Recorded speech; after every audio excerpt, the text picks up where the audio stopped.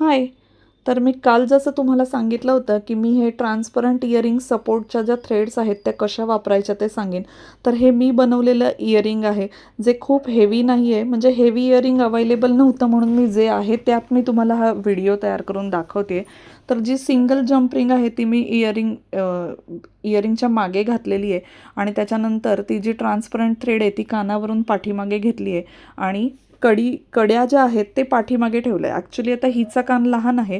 मोठ्या माणसांचा कान मोठा असतो तर ती कानाच्या लेंथप्रमाणे ॲडजस्ट व्हावी म्हणून ती साईड पाठीमागे ठेवायची.